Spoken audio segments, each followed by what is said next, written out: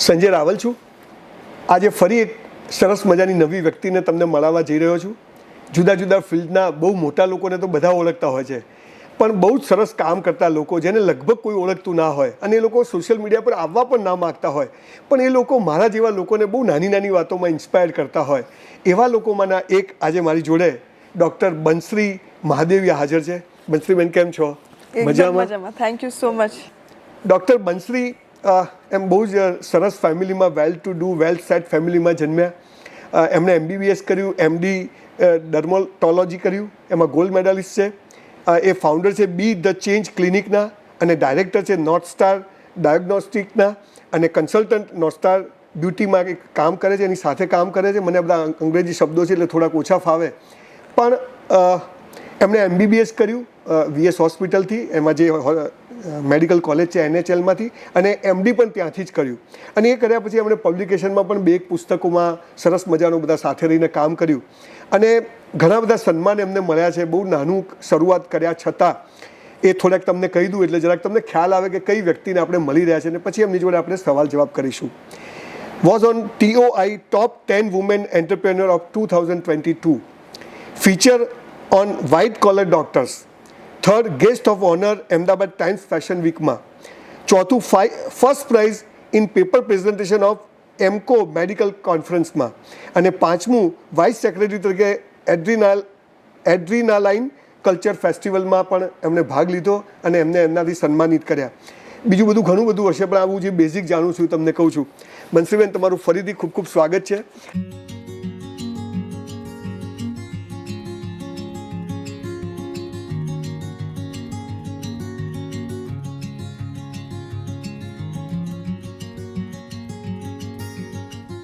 આજના શોનો પર્પઝ તમારા ડૉક્ટર તરીકેને તમને ફેમસ કરવાનું નથી, પણ તમે જ્યારે પહેલી વાર મને કેસ ચારકોલમાં મળ્યા અને તમારી જોડે થોડીક વાત કરીને આઈ વોઝ ઇમ્પ્રેસ કે એક સરસ મજાના ફેમિલીથી આવીને તમે એક સરસ મજાનું કામ કરો છો, અને તમારો જે સ્વભાવ છે, તમે જે રીતે પેશન્ટ જોડે વાત કરવાની વાત કરી અથવા તમે સમાજમાં જે રીતે કામ કરવા, એ રીતે મને એમ થયું કે તમારી સાથે વાત કરું. Thank you. તો પહેલો મારો સવાલ છે કે થોડુંક મને તમારું, પહેલાં મારા જે લોકો વ્યુઅર્સ છે આપણે એમને થોડોક ખ્યાલ આવે કે તમે ક્યાં જન્મ્યા, તમારા ફાધર શું કરતા હતા, મધર શું કરતા હતા, તમારું થોડુંક ફેમિલી બેકગ્રાઉન્ડ, પછી તમે ક્યાં સ્ટડી કર્યો અને અત્યારે તમે પ્રેક્ટિસ કરો ત્યાં સુધીની થોડીક સફર વિશે વાત કરો. ચોક્કસ. એટલે હું doctor Banshri Mahadevia and I am a dermatologist by profession, એટલે કે સ્કિન, હેર અને નેલ્સનું બેઝિકલી મેં મારું ગ્રેજ્યુએશન અને પોસ્ટ ગ્રેજ્યુએશન મેનલી એમાં કર્યું છે. ડૉક્ટર ફેમિલીમાંથી આવીએ એટલે મોટા ભાગના લોકોને એવું જ લાગે કે ચલો ડૉક્ટર જ થશે ને એવી રીતે, પણ મારા મમ્મી પપ્પા, દાદા, મારી બેન, મારા નાના બધા જ ડેન્ટિસ્ટ. બધા જ full family of dentist. Absolutely. એટલે કોઈ બી મને પૂછે ને કે શું થવું છે, એ મને નથી ખબર, પણ શું નથી થવું છે એ ડેન્ટિસ્ટ. એટલે I was always the rebellious one in the family, you know. So એટલું ખબર હતી કે ડેન્ટિસ્ટ નથી થવું, પણ શું થવું છે.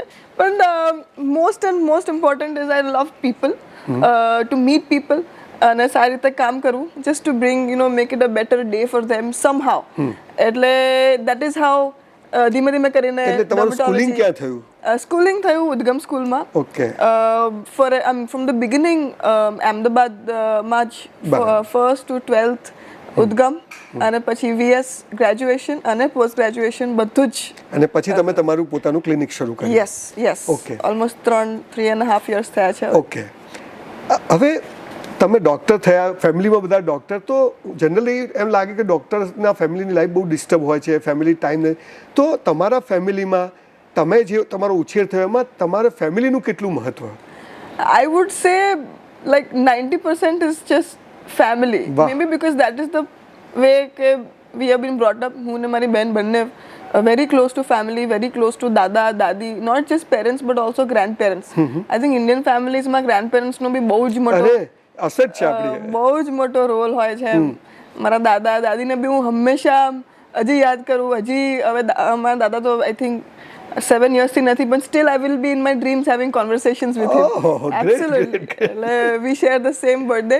એટલે always it is that important કે, અને કંઈ બી કરતા હોય મને થાય કે કોઈ બી વસ્તુ કરતા પહેલા આમ 2 વખત વિચાર આવે કે પપ્પા શું કહેશે, મમ્મી શું કહેશે, વાહ. એમને શું લાગશે. એટલે I think that is the most important thing. કારણ કે આફ્ટર અ સર્ટન એજ તો કોઈ મમ્મી પપ્પા કે દાદા દાદી કે કોઈ આખો વખત તમારી સાથે હોવાના નથી, પણ તમે શું બી એક બી વસ્તુ કરો છો તો એમાં એમને શું લાગશે એ always back of the mind હોય. તો નાનપણથી લઈને હમણાં સુધી એ જો ફેમિલીનું ઇન્વોલ્વમેન્ટ હોય તો આગળ જઈને એ બહુ જ એટલે તમે એવું માનો કે ફેમિલીનું 190 કહો છો પણ એમ 100% આપણી લાઈફમાં ઇમ્પોર્ટન્ટ અને હોય તો આપણે we must be on right track એવું થઈ ગયા છે. એબ્સોલ્યુટલી. ઓકે, હવે તમે પ્રેક્ટિસ શરૂ કરી, તમારા પોતાના ક્લિનિકમાં તમે કામ કરો છો. મારી કઝિન સિસ્ટરને બીજા ઘણા બધા બ્યુટીફુલ લેડી ઓફ અમદાવાદના મને એમ કહે છે કે તમે બહુ સરસ રીતે લોકો જોડે ડીલ કરો છો અને તમારા ફિલ્ડમાં જે લોકો ચાર્જિસ લે છે, જે કામ કરે છે, ચાર્જિસ બહુ બધા હોય છે, એ બધો જુદો વિષય છે, પણ તમે એક જુદી રીતે કામ કરો છો. તો આ એક વાત સમજાવો કે તમે પેશન્ટ, તમારી સાથે નવા જ તમે તો હજુ ફિલ્ડમાં તમે આવ્યા હો ને પછી આટલું બધું સરસ રીતે તમારું નામ થઈ જાય કે લોકો વિથ ડ્યુ રિસ્પેક્ટ તમને એ કહે, તો એ તમે પૈસા ઓછા લો છો, ચાર્જ ઓછો લો છો, અથવા તમે સરસ રીતે વાત કરો છો, ફેમિલી રિલેશન્સ કરો છો, એ સૌથી મહત્વની વાત જરાક કહો કે શું છે જાદુ? એ ચોક્કસ જાદુ ઇટ ઇઝ બહુ જ સિમ્પલ વસ્તુ છે આમાં કે જ્યારે બી કોઈનું ટ્રીટમેન્ટ કરતા હોઈએ કે કોઈક આપણામાં ટ્રસ્ટ લઈને આવે છે. And I think the most important thing for a doctor is trust, right? કે કોઈક માણસને ભરોસો છે તો ટાઈમ કાઢીને આજે તમારા પાસે આવે છે. આટલી બધી બિઝી લાઈફ થઈ ગઈ છે, કોઈની પાસે ટાઈમ નથી, રાઈટ? તો બી કાઢીને તમારા પાસે ભરોસાથી આવે છે. તો ખાલી એક વસ્તુ મેં ખાલી હંમેશા યાદ રાખી હશે કે હું કંઈક લખું છું કે હું કંઈક પ્રિસ્ક્રિપ્શન આપું છું તો એ મારા માટે શું કરશે એવું નહીં, એ પેશન્ટ માટે શું કરશે, right? So power of intention જે કહીએ કે what is your intention in writing a prescription, what is your intention in writing a treatment, એ બહુ જ ઇમ્પોર્ટન્ટ છે. એમ કે 100% સાચી દાનત જે કહીએ એ દાનત ઇઝ એવરીથિંગ. આઈ ફીલ કે તમે ભલે એ વખતે એ પોઈન્ટે તમને લાગતું હોય કે ના મને જે જોઈએ છે મને લાઈફમાં નથી મળતું, પણ જો તમે સાચી દાનતથી જે કરો છો એ કરો તો ક્યારે ને ક્યારે the universe just comes around. ક્યાં વાત! એટલે that is my very simple philosophy. Again તમે કીધું ફેમિલી ઇમ્પોર્ટન્સ છે, મારા ફેમિલીમાંથી જ આવે છે. મેં મારા દાદાને બી એ રીતે પ્રેક્ટિસ કરતા જોયા છે, મારા દાદીને એ રીતે ફેમિલીમાં સેવા આપતા જોયા છે, મારા મમ્મી, મારા પપ્પા બધે આ રીતે જ કામ કરે છે. So it is very natural for me to work like that. બીજું પેશન્ટ ઇન્સ્ટ્રુમેન્ટ નથી પૈસા કમાવાનું. Yes absolutely. સો એ આપણે જે વાત કરી કે જે ફિલ્ડમાં જે આપણે છે કોસ્મેટોલોજી, ડર્મેટોલોજી, એમાં બહુ જ બધી વસ્તુ આવે છે. સોશિયલ મીડિયા પર બહુ જ બધું ઇન્ફોર્મેશન આવે છે and frankly speaking it can be very misguiding કોઈના માટે બી. There are people who are crazy after this, right? હવે સારું દેખાવું કોને ના ગમે, એટલે એના માટે લોકો ભલે ના બી હોય તો લોન લઈને કરશે, લોકો પાસેથી પૈસા લઈને કરશે કે દે વિલ આખી સેલરી આમાં ખર્ચી નાખશે.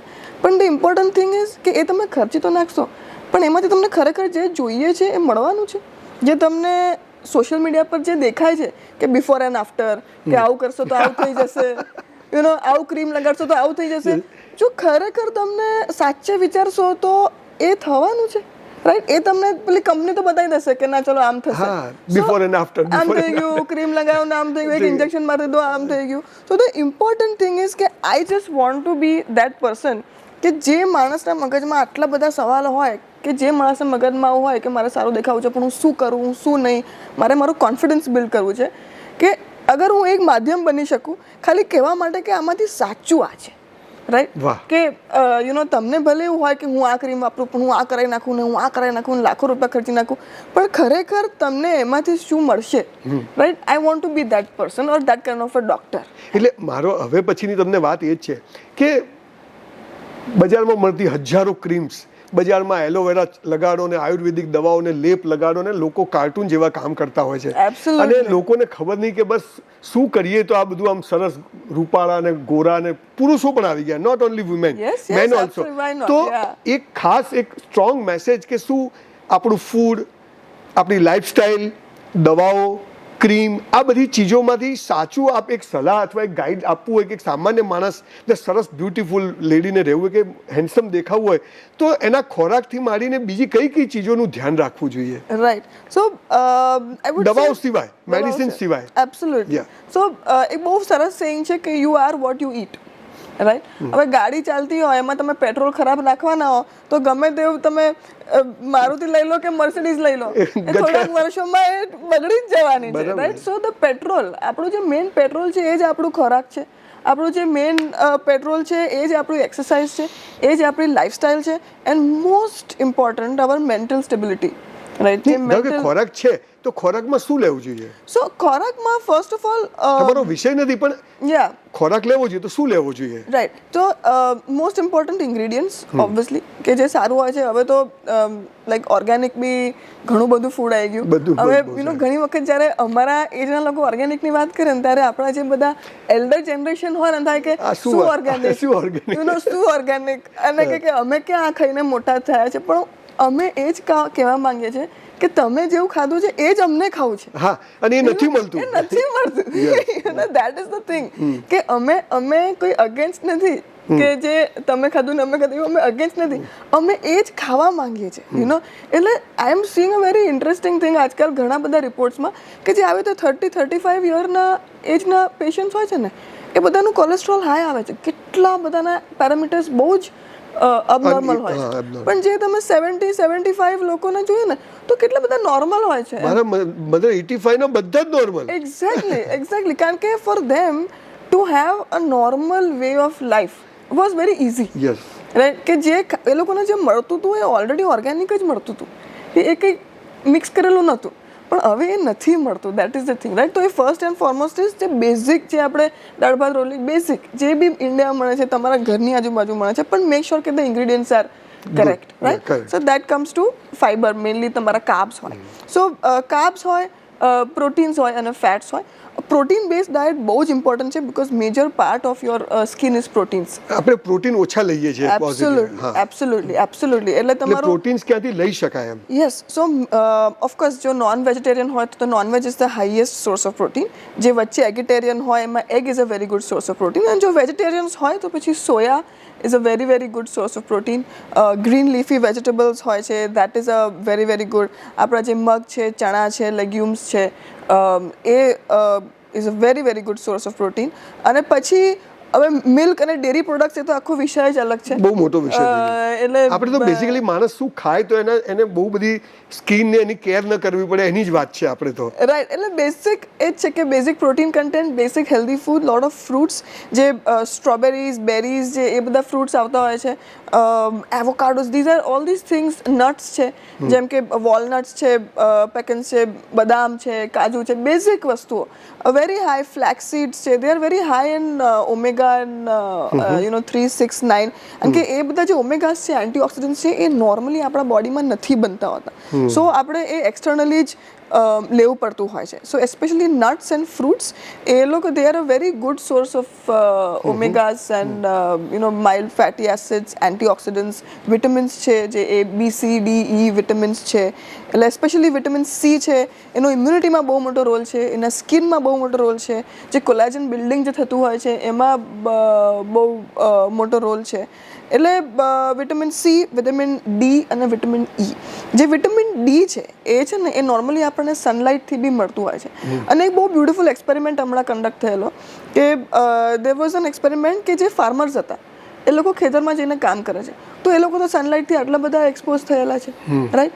તો એમનું તો વિટામિન ડી લેવલ નોર્મલ જ હોવું જોઈએ. આપણે એવું થાય કે આપણે ઓફિસમાં બેસીને કામ કરીએ છીએ એટલે આપણું વિટામિન ડી કદાચ it is not that good, પણ એમનામાં બી વિટામિન ડી ઓછું જ હતું. ઇવન તો આટલા બધા સનથી એક્સપોઝ થયેલા છે, right, they are working without there shirt or vote ever.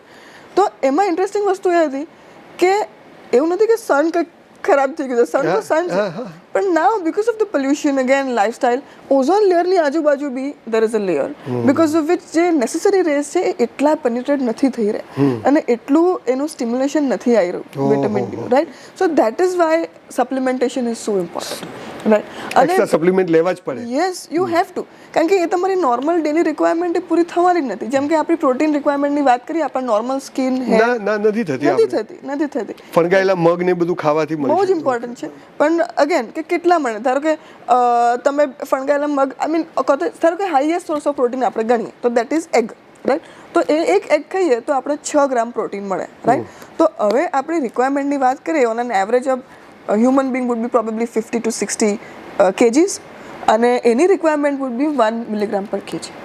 So daily requirement આપણે 60 મિલીગ્રામની વાત કરીએ. ઓ 60 per day if your weight is 60. તો હું વેજીટેરિયન છું તો મને ક્યાંથી મળે આટલું? તો એક્ઝેક્ટલી એટલે એ એટલું બધું તમને ડેલી ખાવું, તમારે સોયા ખાવું પડે, સોયા ચંક્સ ખાવા પડે, આપણે જે સ્પિનચ છે, પાલક છે, એ પોસિબલ જ નથી. પછી એના છે ને પી પ્રોટીન એક્સ્ટ્રેક્ટ્સ આવે કે જે નેચરલી બનેલા હોય, એના ઇન્ગ્રેડિયન્ટ્સ ચેક કરીને ખાવાના. એટલે પાવડર્સ આવે તો પછી ધારો કે તમે with a scoop of water or something એવી રીતે કરીને ખાતા હો તો એ that is a high source કે ચલો 2 તમે સ્કૂપ લીધા એમાં 20 ગ્રામ્સ મળી ગયું, બાકીનું 20 ગ્રામ્સ તમે ફ્રોમ મગ કે ચણા કે એવી રીતે કરતા હો. તો એવી રીતે કરીને રિયલિસ્ટિકલી લોંગ ટર્મ પર કદાચ એવું થોડુંક પ્રોટીન આપણને એટલે આ બધી ચીજો કરવાથી કદાચ આપણે ડોક્ટર સુધી ન પહોંચવું પડે. પણ હવે તમે જે ફિલ્ડમાં કામ કરો છો Yes.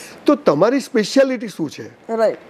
સ્કિન ને ડર્મોલોજી એ તો બધું બરાબર, પણ તમારી સ્પેશિયાલિટી શું, કે કયા લોકો તમારી પાસે વધારે આવે છે, કે જેનું કામ કરવાથી તમને ખુશી થાય છે, રાઈટ. જેમાં તમે રિઝલ્ટ આપો છો, એવું કયું કામ છે? સો મેં સ્પેશિયાલિટી તો ઓબ્વિયસલી છે સ્કિન, હેર, નેલ્સ, પણ આઈ ઓલવેઝ પ્રોપગેટ કે beauty is internal as well as external. એટલે પહેલાં બી જ્યારે પેશન્ટ આવે એવું નથી કે ચલો તમે આ ક્રીમ લગાડી દો કે તમે આ, પણ પહેલાં અમે આખું એનું ફૂલ બોડી ઇવેલ્યુએશન કરતા હોય કે એનું મેક્રો ન્યુટ્રિશન શું છે, એનું માઇક્રો ન્યુટ્રિશન. મેક્રો જે ન્યુટ્રિશન કહીએ એટલે આપણું B12 છે, D3 છે, આયર્ન છે, ફોલિક એસિડ છે, થાઇરોઇડ છે, એ બધા આપણા બેઝિક જે બિલ્ડિંગ બ્લોક્સ ઓફ ન્યુટ્રિશન કે વિટામિન્સ હોય એ કહેવાય.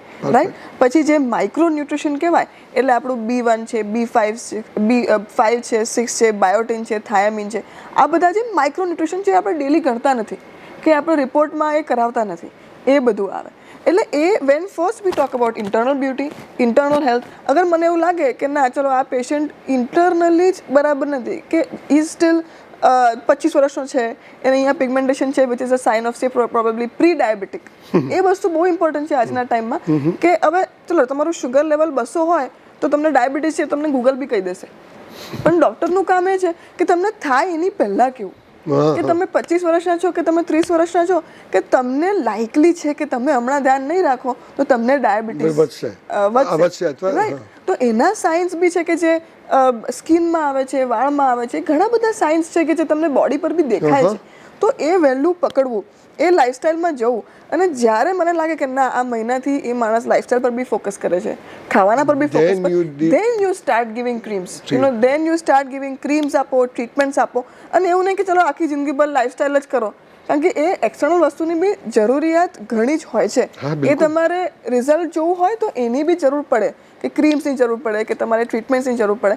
એટલે પેશન્ટનું બી મોટિવેશન કેવી રીતે ના ખોવાઈ જાય અને કેવી રીતે એ રાઈટ ટ્રેક પર ઓવરઓલ આવે, રાઈટ, એ to do it in a 360-degree manner. And most important not just skin, not just external and internal health, but most important I would say, મને જેમાં મજા આવે છે તમે પૂછો, હું એ જ કહું કે તમે એ છે કોન્ફિડન્સ બિલ્ડિંગ. કે સ્કિન સારી થાય કે કોઈક એવું બી કે ના મેમ, બિકોઝ તેના ઘણી બધી વસ્તુ છે કે જેમાં 100% રિઝલ્ટ નથી આવતું. જેમ કે ખાડા છે, બરાબર, ઘણા લોકોને મોઢા પર ખીલ પછી ખાડા થઈ જતા હોય. એ ખાડાની ટ્રીટમેન્ટ કરવી હોય તો એવું નથી કે આપણને 100% રિઝલ્ટ મળશે. It will be better, right, it will be better. પણ કોઈ મને એવું કહે ને કે ના ma'am I am feeling very confident now, right, that is my job. વાહ.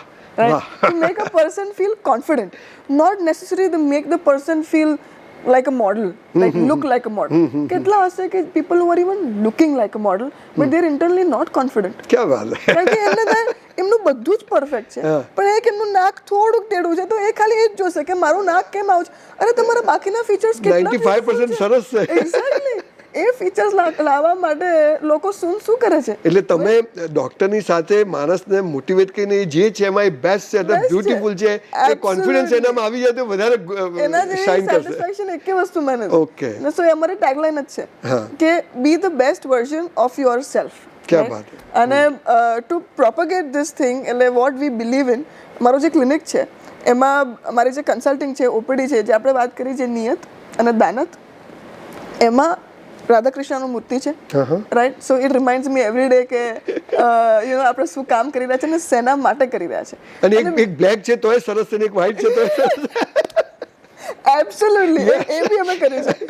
અને બીજી વસ્તુ અમે એવું કર્યું છે કે પાછળ આખું વી હેવ 50 લોટસીસ, અને એકે લોટસ નું કાર્વિંગ એકબીજા જેવું નથી. હા, Right? અને તોય બધા સરસ લાગે છે. તો એ બધા જ સરસ લાગે છે. એટલે તમને કેવું હશે ને, હું કોઈને બી આવીને પૂછું ને કે which is your favourite lotus, everybody is different, right? અને which is the most beautiful lotus, આ બધામાંથી તમે નહીં કહી શકો કે કયું સૌથી બ્યુટિફુલ. બરાબર, મને આ ગમે છે, તમને આ ગમે છે, તમે બીજાને બીજું ઉપર એવું નહીં કહીશું કે આ નથી ગમતા મને. yes, and that is your definition of beauty, right? એટલે every lotus is different in its own ways. So every human is different in your own way. It's all about કે તમે જે છો એનું બેસ્ટ વર્ઝન તમે કઈ રીતે બનો છો, right? You don't have to be like somebody else. You have to be your own best version, right? So that is our motto. અને એમાં અમે હેલ્પ કરીએ છીએ. જેટલી બી ક્રીમ્સ, ટ્રીટમેન્ટ્સ અને ઇન્ટરનલ એ તો છે જ, બધા કરે જ છે, પણ તમે એડિશન શું કરો, તમે તમે વધારાનું શું કરો છો કે જેથી લોકો તમારી પાસે આવે છે? Yes yes. એટલે આ બધી ચીજ છે કે તમે એને ફિઝિકલ, મેન્ટલી બધી રીતે સ્ટ્રોંગ કરી ઓવરઓલ એનું પર્સનાલિટીને બરાબર જોઈને પછી તમે એની ટ્રીટમેન્ટ શરૂ કરો છો કે હવે રિઝલ્ટ આવશે. અચ્છા, તમે સર્જરીમાં કામ કરો છો? કોઈ surgery not that much. Basic મારી ડિગ્રી MD છે, એટલે that is anything to do with, અને હું પોતે એઝ અ ડોક્ટર બહુ કન્ઝર્વેટિવ છું કે કોઈ બી માણસ આવશે ને તો પહેલા કે આ કેવી રીતે દવા નહીં લેવાની એ મારું ફર્સ્ટ પહેલું હશે કે આ ચાલશે, આ જવા દો ને. ધારો કે આજે મારા 4 વર્ષ પ્રેક્ટિસના 3 થી 4 વર્ષ થયા, પણ ખીલ માટે એન્ટીબાયોટિક્સ એક વખત મેં નથી લખી એમ. Antibiotics is the biggest epidemic, I will say. અને ખરેખર મને એમ થાય કે આ ઇન્ટરવ્યુમાંથી કોઈ એટલું બી સાંભળે ને કે એન્ટીબાયોટિક્સ કારણ વગર ના લેવી જોઈએ. મને એવી બહુ જરૂરી હોય એમાં. એક્ઝેક્ટલી, ના જરૂરી હોય, લાઈફ થ્રેટનિંગ હોય, your body is not able to fight it and you have to take it, એ વસ્તુ આખી અલગ છે.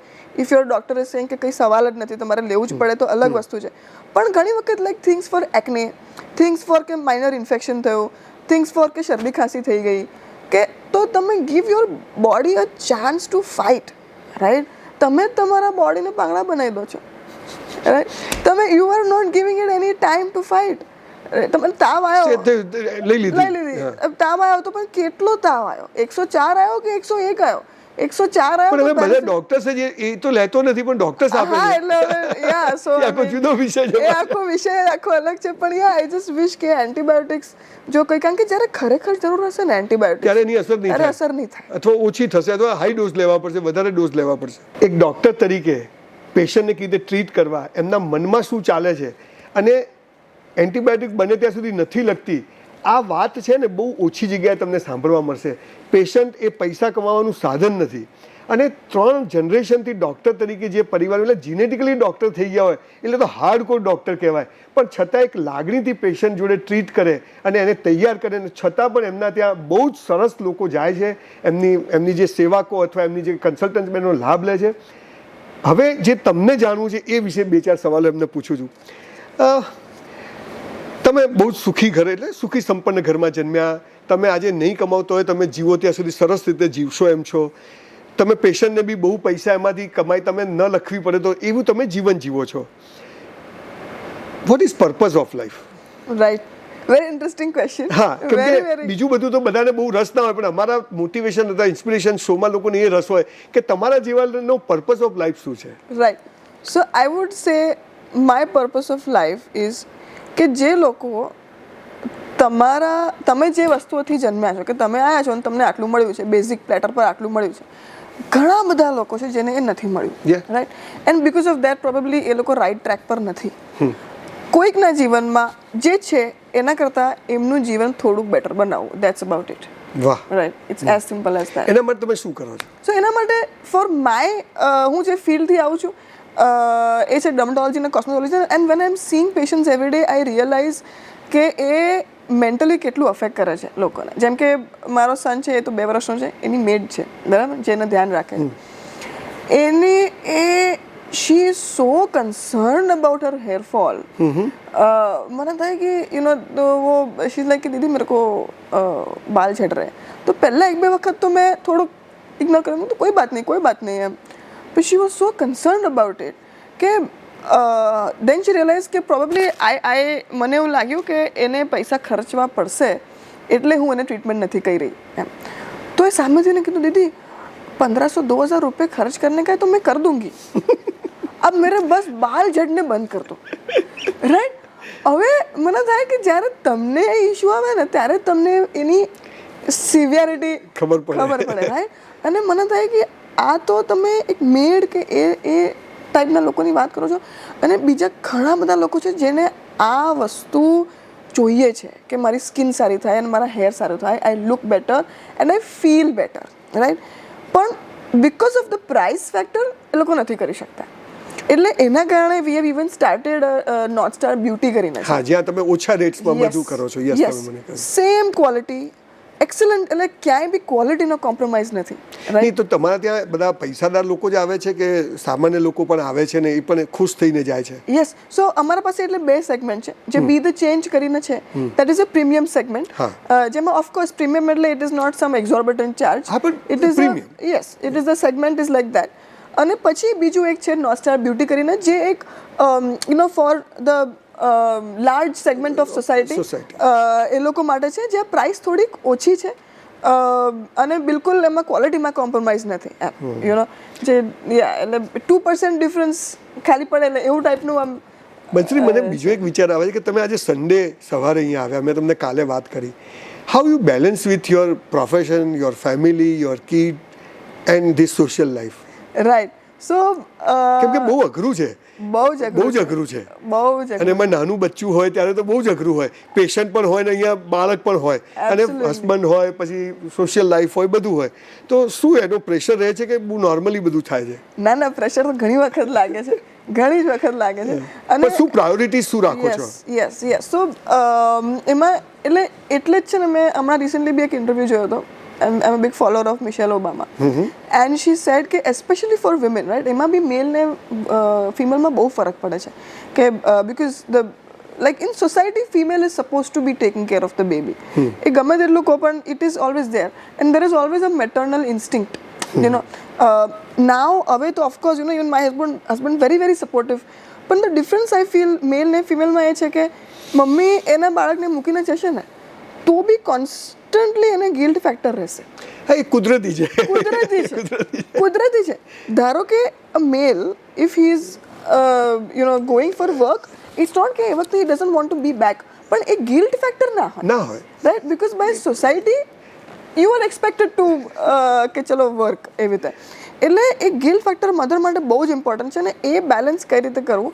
સો I have like my top priorities. First obviously would be my son, એમાં કોઈ સવાલ જ નથી. Second would be my health and my practice and my family. પણ બહુ જ ઇમ્પોર્ટન્ટ આમાં એવું છે કે જે લોકો એવું માનતા હોય કે you to just completely stop working, right, એ બી જરૂરી નથી. એન્ડ કમ્પ્લીટલી ઇન્ટુ વર્ક એ બી જરૂરી નથી. બિકોઝ આઈ ફીલ કે by working you yourself as a mother you are becoming a better person. So you are able to give a better upbringing to your child, right? It's not કે તમે ચલો 4 કલાક મૂકીને જાઓ છો એટલે તમે કંઈક એના પર પેલું કરી નાખ્યું કે ક્યાં. ઓફકોર્સ એના માટે ફેમિલી સપોર્ટ બહુ જ ઇમ્પોર્ટન્ટ છે.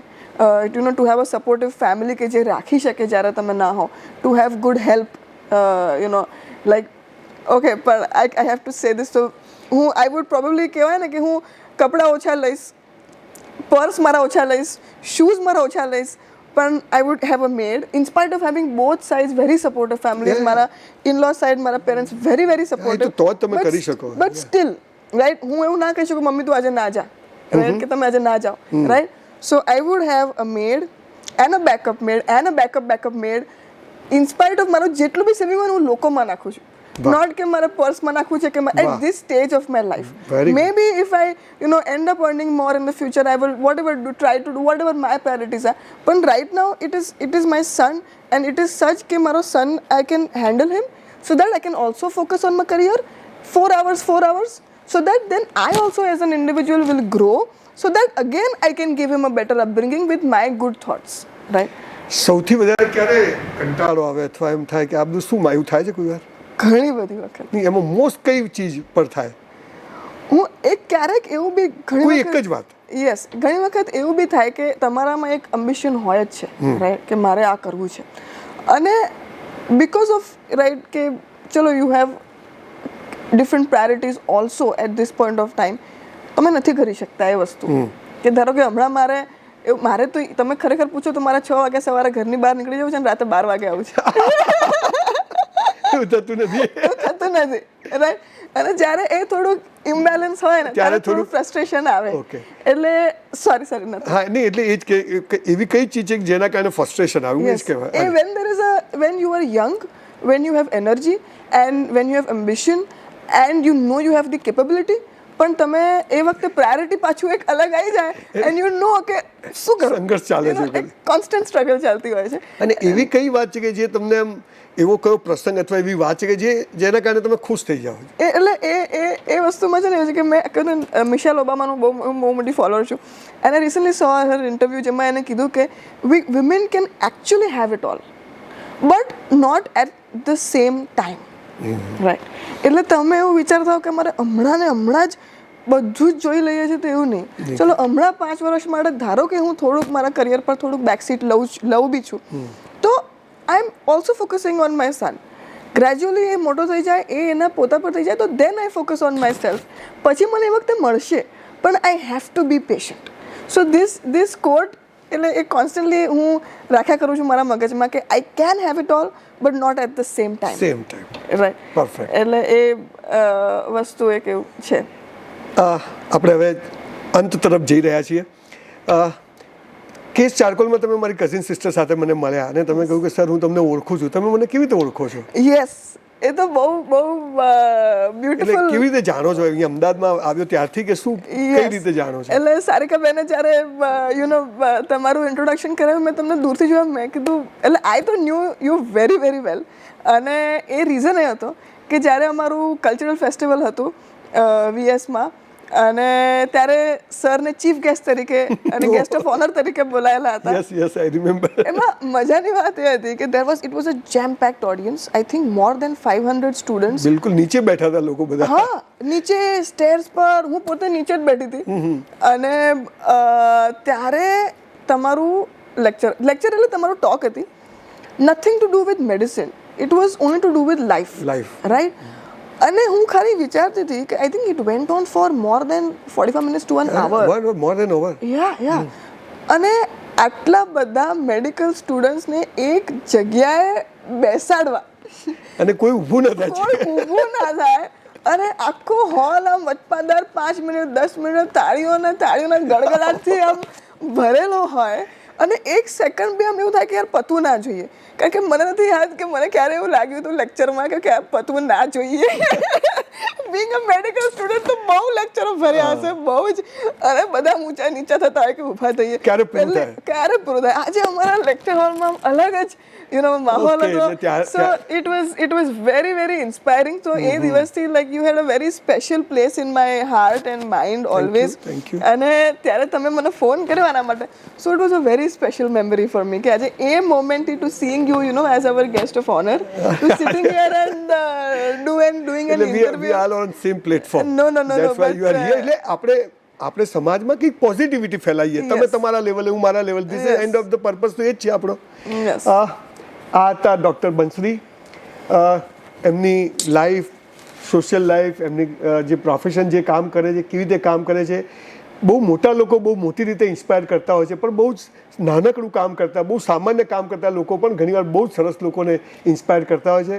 આ વિડીયો ફરીથી જોજો અને એમણે જે 3-4 વાતો બાય હાર્ટ કહી છે એને ફરીથી અનુભવજો. ફરી કોઈ બીજી કોઈ વ્યક્તિ સાથે આપણે આ મારા શોમાં મળીશું. ખૂબ ખૂબ આભાર. Thank you so much for having me here. It means a lot to me. Thank you.